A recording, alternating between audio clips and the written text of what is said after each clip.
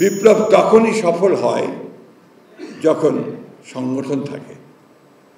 আজকে এই যে একটা হতাশা এসছে, এই হতাশার মূল কারণটা হচ্ছে যে সংগঠনের অভাব।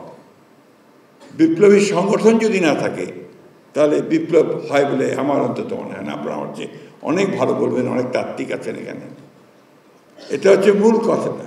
তো সেই সংগঠনকে গড়ে তুলতে হলে আমার মনে হয় যে আজকের যারা বিপ্লব করতে চান, সমাজ বদলাতে চান, যারা সাধারণ মানুষের অবস্থার পরিবর্তন করতে চান, তাদেরকে অবশ্যই সেই সংগঠনকে শক্তিশালী করতে হবে, আরও মজবুত করতে হবে এবং একেবারেই বদরুদ্দীন ওমর সাহেবের ভাষায় মানুষের কাছে চলে যেতে হবে, তাহলেই সেটা সম্ভব হবে।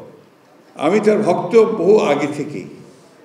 তার লেখাগুলো যখন পড়তাম এবং তার সম্পর্কে নয়, তার বাবার সম্পর্কে আমার বাবার কাছে শুনেছি, সব মিলিয়ে তিনি আমার কাছে অত্যন্ত একটা উঁচু জায়গায় অবস্থান করতেন, শ্রদ্ধার জায়গায় অবস্থান করতেন। বদরুদ্দীন ওমর সাহেবরা সবসময় জন্মান না। যারা আজীবন তাদের যে আদর্শ, তাদের যে যুদ্ধ, তাদের যে সংগ্রাম তারা করে গেছেন, জীবনের শেষ দিন পর্যন্ত কখনো কম্প্রোমাইজ করেননি। বদরুদ্দীন ওমর সাহেব আমাদের আজকের রাজনীতি যারা করছি আমরা অত্যন্ত ছোট বোধ করি তার কাছে, কারণ তিনি কখনো কম্প্রোমাইজ করেননি।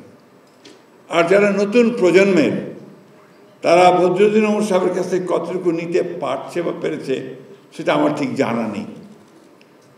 একটা কথা এখানে খুব জোরে সরে এসছে বদরুদ্দীন ওমর সাহেবের কথাগুলো থেকেই, যে সংগঠন সংগঠন সংগঠন।